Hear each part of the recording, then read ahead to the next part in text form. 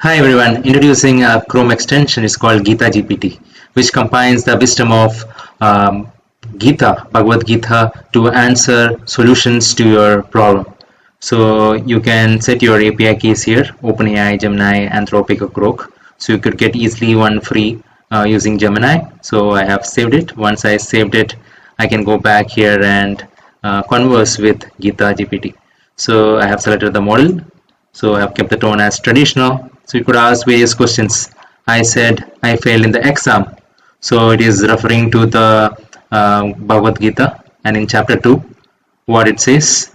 So it says that you cannot control the fruits of your action. Your control is your effort. So you should detach from the fruits. When we become overly attached to a specific result, whether success or failure, we open ourselves to elation or dejection. So it's giving me just suggestions. Then I asked again, my manager insulted me in front of others. So he's trying to console me by saying that if somebody is publicly insulting, indeed is a difficult and painful experience. So it is giving me even a mantra or a stance with respect to Bhagavad Gita. Then I asked